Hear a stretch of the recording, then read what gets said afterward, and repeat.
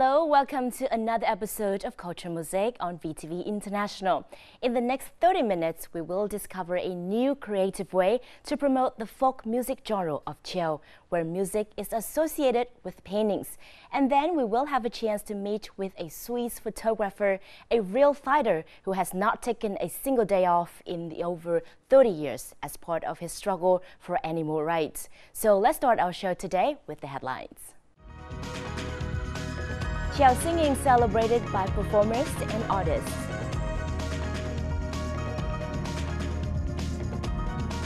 Swiss photographer shares his animal rights crusade.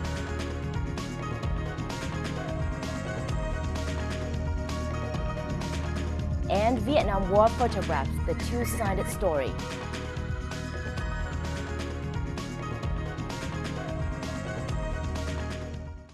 And now let's review the cultural highlights from the last week.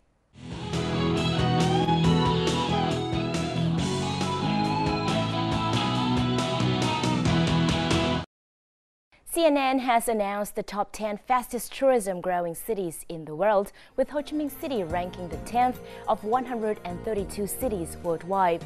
With tourism growth of 12.9% for 6 consecutive years, Ho Chi Minh City has experienced rapid tourism development.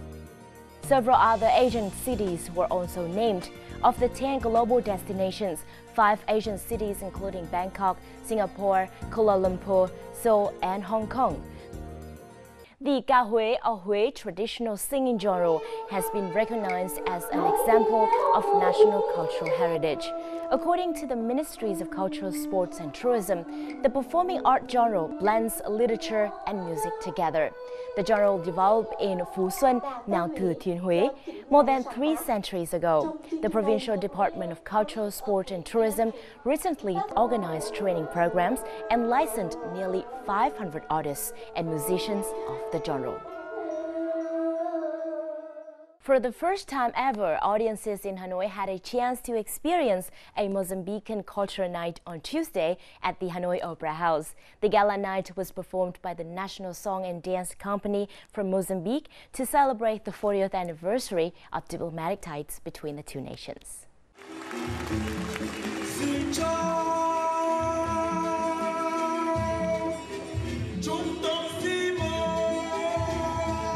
Xin chào or hello in Vietnamese was how the Mozambican National Song and Dance Company greeted the Vietnamese audiences, opening the Mozambican night in Hanoi on Tuesday.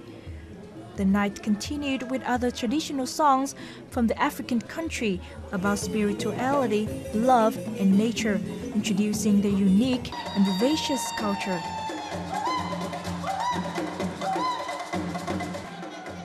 Nhảy tiết tấu rất là nhanh và sôi động, giúp mình hiểu được về nền văn hóa của Mozambique. Rất vui nhộn và hay, cũng đậm chất cái phong cách của họ. Đấy lần đầu tiên con xem cái buổi hòa nhạc này. The unique music of Mozambique comes from this special instrument, the timbila. It originates from the southeast of a country and is similar to the turung, the traditional Vietnamese xylophone. The gala night is a part of the Mozambican Cultural Week in Hanoi. Cái tình cảm giữa nhân dân hai nước là có từ rất lâu rồi. Ngày xưa ấy, là từ cái thời chúng ta đang còn kháng chiến chống Mỹ, bảo vệ Tổ quốc ấy, thì Mozambique đã luôn đứng cạnh ủng hộ chúng ta. Trên cái cơ sở đó tôi nghĩ rằng là về tiềm năng ấy thì hai nước hoàn toàn có cơ sở để nhìn về tương lai với một cái mối quan hệ rất tốt đẹp. People in Mozambique, when hearing about Vietnam, they have in their mind the idea of Vietnam of the time of war. But from the Vietnamese side also, there is another prejudice, which is that when we talk of Mozambique or we talk of Africa, people think that, Africa people may be living in the bush. So this is the prejudice that we have to eliminate in order to have more exchanges in all the forms of cooperation.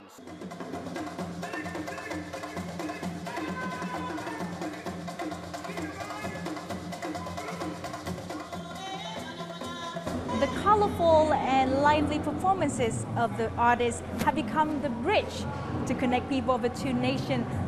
Such activities like this will further relation between Vietnam and Mozambique in the future. The second annual ASEAN Pride Music Festival 2015, celebrating family, will take place on June the 20th. Artists from the United States and around the region take to the stage in Hanoi to raise awareness about the importance of family. With craft, food, drink booths, and a special tent geared toward President Obama's Young Southeast Asian Leaders initiative, ASEAN Pride 2015 will showcase the diversity of American and Southeast Asian musicians, creating a safe space to celebrate family. 2015 marks the 20th anniversary of the normalization of relations between the United States and Vietnam. Over 4,000 people joined the first ASEAN Pride in 2014. This year's event is shaping to be even bigger and better. Now, Phan Yang, a world-renowned bubble artist, is dazzling thousands of audiences with his bubble performances in Quảng Ninh province this summer. The bubble show titled Legendary Ha Long is a highlight for visitors in Quảng Ninh province this summer. Dubbed as the Bubble Wizard, Phan Yang dazzles audiences in Ha Long Bay with a combination of bubble and media art. The 45-minute show tells audiences about the legends of folklore surrounding Ha Long Bay. The natural landscapes of Ha Long are featured on the stage through a combination of giant bubbles and laser lights.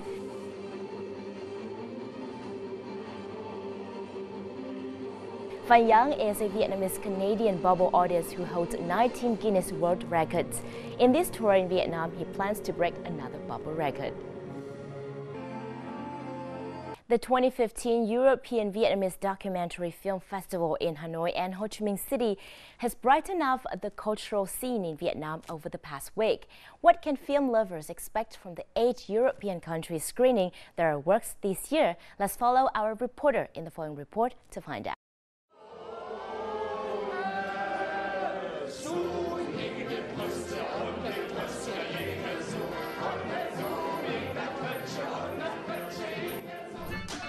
Sound of Heimat by director Arne Birkenstock is a journey through the landscape of Germany to explore the roots and living traditions of German folk music. Lasting with the Time by director Lê Hồng Trương delves into the tragedy of war through diaries of fallen Vietnamese soldiers. These two films opened the 7th annual European Vietnamese Documentary Film Festival on Wednesday in Hanoi. This year's diverse program can resonate with many viewers, the organizers say. I think that gives us an insight into what moves our countries, what are the dreams and the hopes of the people, the changing of the values. So it's very interesting to observe which are topics that are relevant to each country.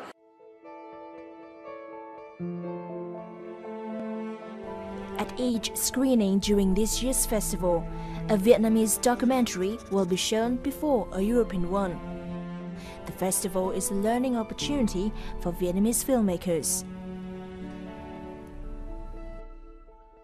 Rất nhiều những nghệ sĩ đang làm nghề tại đây thì chúng tôi được tiếp xúc với rất nhiều những cái tác phẩm làm phim của bạn rất là đa dạng, với các đa dạng về mảng đề tài và đa dạng cả về phong cách thể hiện. Các nghệ sĩ, những người làm nghề của chúng tôi thông qua các bộ phim đấy đã học hỏi được rất nhiều. Ngôn ngữ điện ảnh đương nhiên với kỹ thuật phát triển thì nó thay đổi đi. Thế thì làm sao để có thể tiếp cận được và làm sao để đổi mới ngôn ngữ của mình thì tôi nghĩ rằng đến bây giờ thì cái nhiệm vụ vẫn đặt ra trước mắt các cái nhà làm phim tài liệu và đặc biệt những nhà làm phim tài liệu trẻ, thuộc thế hệ trẻ, vì tôi nghĩ rằng mỗi thế hệ thì đều phải có tiếng nói của mình. With that motivation in mind, the organizers are also holding 2 workshops with German and Israeli directors to cater for young Vietnamese and Southeast Asian filmmakers. As for documentary lovers, they can enjoy free screenings in Hanoi and Ho Chi Minh City on every evening from now until June the 20th. Minh Ngọc, Vietnam Television, Hanoi.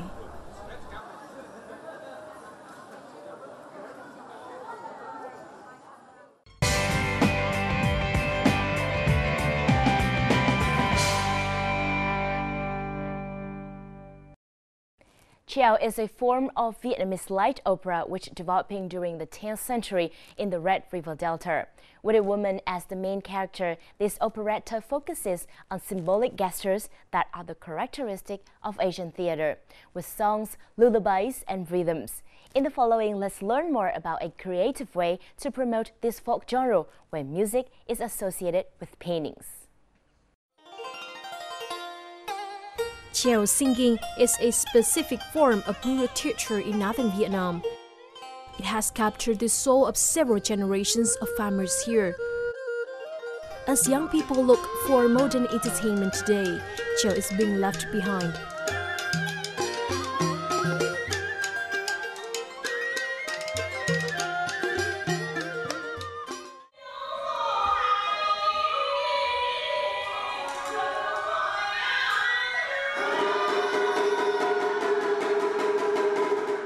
This is a rendition of the music story of the Old Quarter, a musical performance established over a month ago. Here, traditional musical is reenacted where the community used to spend their time enjoying cultural activities. This series of music shows aims to replicate the city's Chèo singing. Nếu mà cái nghệ thuật nó không tinh ấy, thì sẽ khó mà có thể biểu diễn ở cái chỗ này được. Vì anh phải hát bằng cả cái tấm lòng thì mới có thể truyền cảm đến cho khán giả. Tôi thấy nó sung sướng là vì này mình giả lại đúng cái tiếng hát, giả lại đúng tiếng đàn của những người làm nghệ thuật ngày xưa ở tại kinh thành này. Audiences gather around the stage and are regaled with traditional musical pieces. Music Story of the Old Quarter hopes to successfully communicate the core values of Hanoi's culture, history, and humanity, both to local and foreign visitors. It's very nice because they are very good musician, very good singer, very good dancer. So it's the complete show, and it's a way to go back in the past. It's a trip. Và chúng tôi tái hiện thêm một cái việc nữa là dùng cái hình thức thẻ thưởng, chẳng hạn như là khán giả mà thích hoặc là muốn thưởng cho một cái bài hát cho một cái nghệ nhân nào đó thì khán giả dùng cái thẻ đó và đổi lại bằng một cái số tiền là bao nhiêu đó. Đấy cũng là một hình thức rất là truyền thống của các cụ vẫn làm. Besides Chèo artisans, there are also many others out there who are preserving this genre through various forms of arts, including paintings.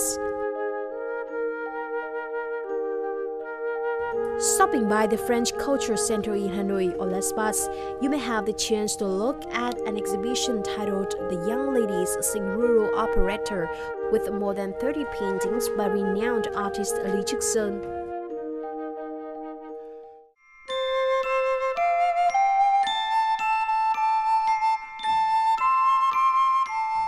Inspired by the images of Vietnamese women, Sơn uses raw paper and natural colors made from herbs to portray the innermost passion in his life. Sơn paints the character in different emotions and gestures without knowing for sure that it comes from true Chèo singing or from his mud. Tôi nghĩ rằng là nếu nói về hình tượng người phụ nữ thì sẽ là thời sự cho đến mãi mãi về sau này. Cái ruôn may, tức là cái khi mà tôi vẽ dưới gió thì tôi vẽ ngay Suối Vân. Thì nó giống như là khi người ta mở ra thấy có một cái cánh cửa thì người ta cứ thế người ta đi theo, hoặc là thấy một cái con đường thì cứ thế đi theo. This is a series of paintings made on the troubled life of Suối Vân, known as Vân the Mad, a famous character in Vietnamese Chèo. Lý Trực Sơn portrays Suối Vân in different forms, showing his passion for Chèo.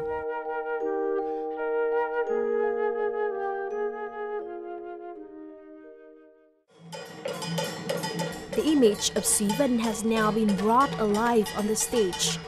This is Thúy Ngân, a Chèo singing artist who has starred in the role of Suối Vân for years.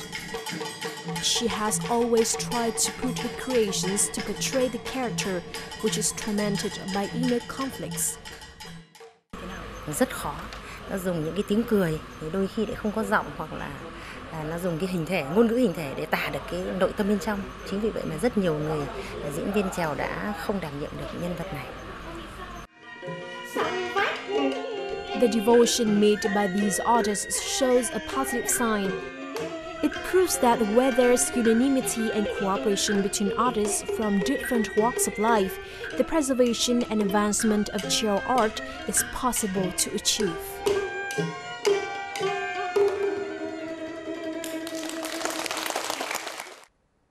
You're tuning into Culture Mosaic, our weekly journal featuring the rich cultural diversity of Vietnam.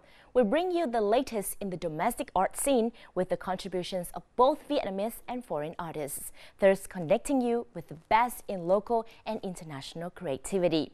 So do not go away. We will have a lot more in this week's instrument coming up for you in just a moment.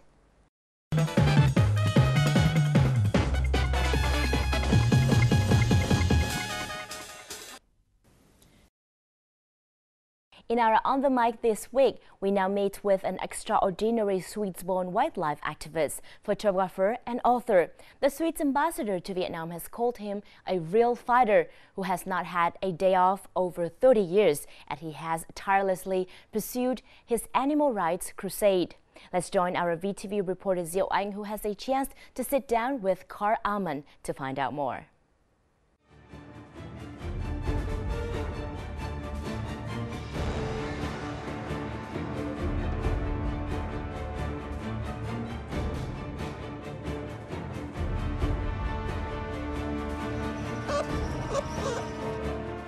I feel I have to give a little bit back. It's going now very fast.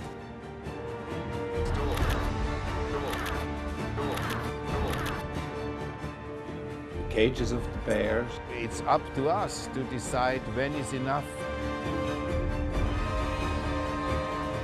Enough is enough.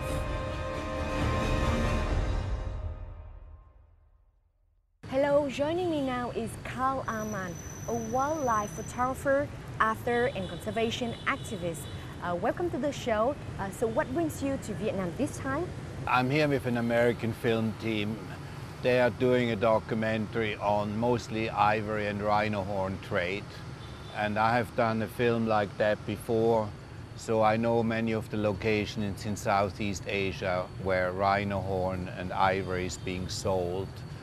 We have been in Myanmar, we have been in Laos, now we're here, we're going to China next. So I show them the demand side of who buys and consumes ivory and rhino horn. I know that you studied economics, so what motivates you to do this work? I moved to Africa very early in life after university, and Africa is a place where there's still big open spaces, nature was still intact, still lots of wildlife. So I've lived there now for 40 years and I've seen things getting worse as far as wildlife and habitat is concerned. And I feel we humans should do more to try to protect it. It's going very fast and I see it on a daily basis where I live in Africa. So basically what I see has motivated me to try to create some awareness of what I think some of the problems are. On this trip to Vietnam, Carl also revealed a trailer for his upcoming documentary, Tiger Mafia. It started first by questioning the operation of the Tiger Kingdom in Thailand, where they claim that visitors can play with tigers in enclosures without chains. As far as the average visitor is concerned, this is all great. The film screening was hosted at the residence of the Swiss ambassador to Vietnam, André Mortel. The ambassador has always supported wildlife protection efforts and called Carl a real fighter. He's somebody who has really given all his life on protecting animals. He loves animals and he just has seen how humans in every continent have ways of ill-treating animals. So I think he's a fantastic example for us to look. We don't have to become like him, we cannot become like him, but we can learn from him, get inspired. Carl first started as a wildlife photographer, illustrating the beauty and diversity of nature. However, for the last decade, he has realized that this approach to conservation does not work. Not wanting to give viewers a false sense of environmental security, Carl decided to expose the harsh truth about illegal trading and abuse of wildlife across the globe.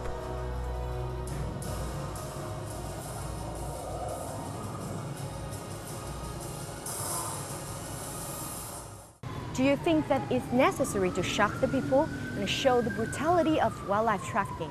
Yeah, I mean, I think I said early on, I moved to Africa for the beautiful images. I mean, that's, I wanted to see lions in the wild, I wanted to see elephants in the wild and so on. And then I realized that it's not all beautiful, that there's a lot of problems with those images. So I felt, okay, the world should know about it. So I started documenting that side of it. There's a lot of people documenting what I call world in order imagery. If you want to be a photographer and sell material, you photograph beautiful wildlife settings. If you are a filmmaker like BBC, David Attenborough, you document the world in order. That is very sellable. But I felt that there's a balance needed, that the world also needs to be told what's wrong, what's going wrong. So I've started concentrating on that about 20 years ago. I still go on safari sometimes, I still shoot beautiful images sometimes, but I feel my role is more in documenting what's going wrong and why it's going wrong and can we do something about it. Thanks to the unique approach and his tireless efforts to protect the nature, Carl's work has been widely acclaimed in many arenas, and he is considered one of the world's top environmental journalists. In 2008, he was named the Hero of the Environment by Time magazine. For 5 consecutive years, Carl has won the World in Our Hands category for the BBC Wildlife Photographer of the Year award. Besides, Carl also writes. The Consuming Nature book that Carl worked on with others is a full-color coffee table book on the exploitation of African rainforests, with a focus on bushmeat. President Jacques Chirac of France was quite touched by these images and sent him a letter of appreciation. I have been looking at some of your photos and I think that they are beautiful. So can you share with us some of the memorable experience behind those images? I have been in trouble with animals because, I have pushed the envelope and taken risks, be it with elephants, be it with buffaloes in Africa, but I'm still here, I'm still alive. I've been bitten a few times by monkeys and other things, but, I feel it was worth paying the price. I think the human predator is much more dangerous. I wasn't sure if I could return to Laos recently because there has been an NGO which has been using some of my material to make an issue about these casino towns where, where anything goes, where there's tiger being eaten, restaurants offer tiger meat and all that stuff is going on. So I wasn't sure if I was going to be safe going into this town again because I was associated with some of this coverage. So yes, I guess there's a certain amount of risk.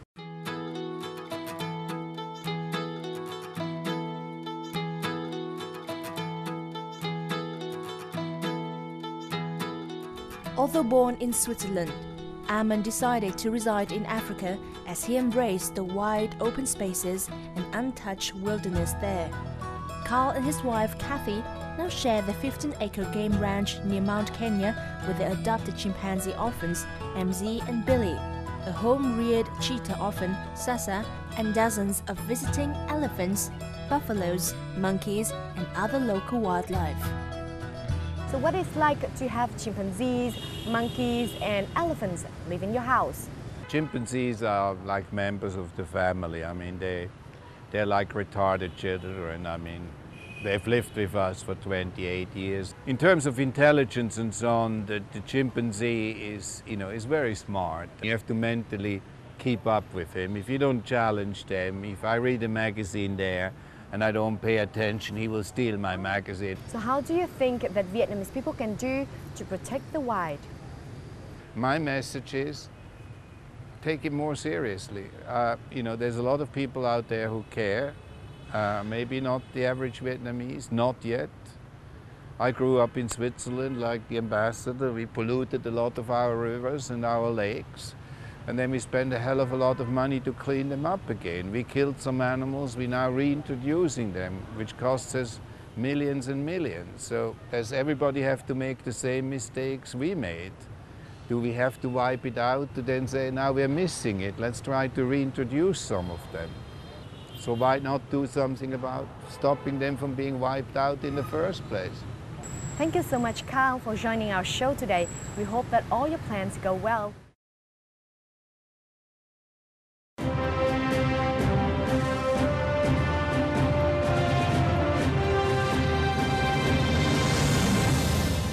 "40 years have passed since the war in Vietnam ended. For many Vietnamese and Americans, the pain lingers. In order to complete the picture of the war, we need to know stories from both American and Vietnamese side. In this week's edition of Connecting Cultures, that story will be told by war photographers, by the US-based Associated Press, and an Australian correspondent who saw the war from the Vietnamese side. They were all in Vietnam 60 years ago.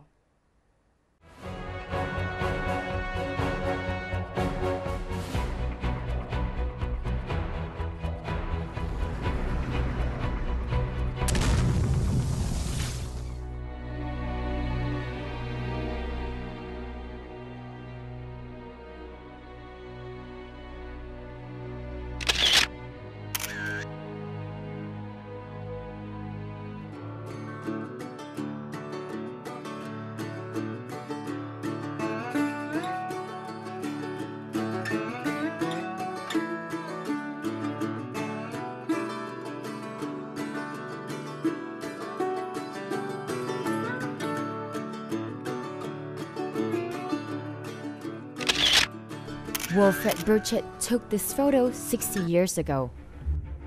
Wilfred was the first Western journalist to cover the Vietnam War. He was a close friend of President Ho Chi Minh.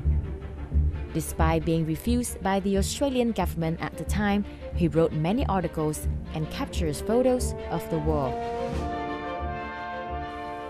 60 years later, his son George Burchett continues Wilfred's legacy in telling the true pictures of the war in Vietnam. My father, who was an Australian journalist, Wilfred Burchett, covered the war from the North Vietnam side.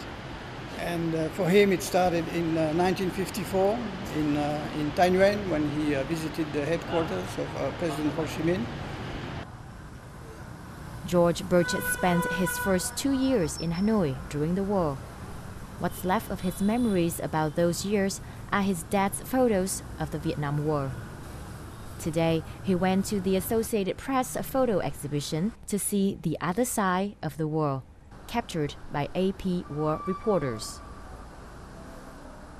It's one of the most amazing achievements for the Vietnamese people to fight with almost nothing and to win. The other side of the war focuses more on the brutality and damages of the war. Well, these photos were taken by photographers who wanted to capture the real war. They wanted to show the world what was really going on in this war, not an idealized version.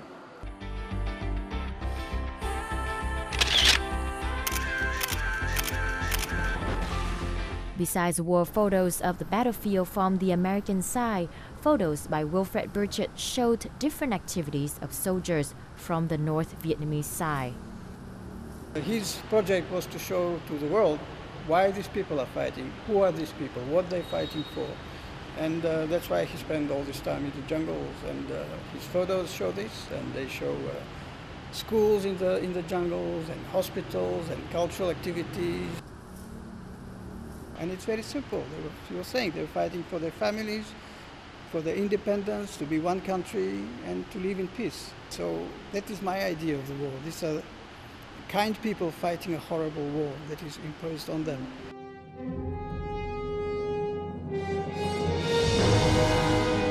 Cảm thấy là những nhà báo người ta cũng có những cái xúc cảm nhất định, bởi vì trong chiến tranh rất nhiều cái hình ảnh tại sao người ta lại chọn những khoảnh khắc đấy để người ta bấm máy.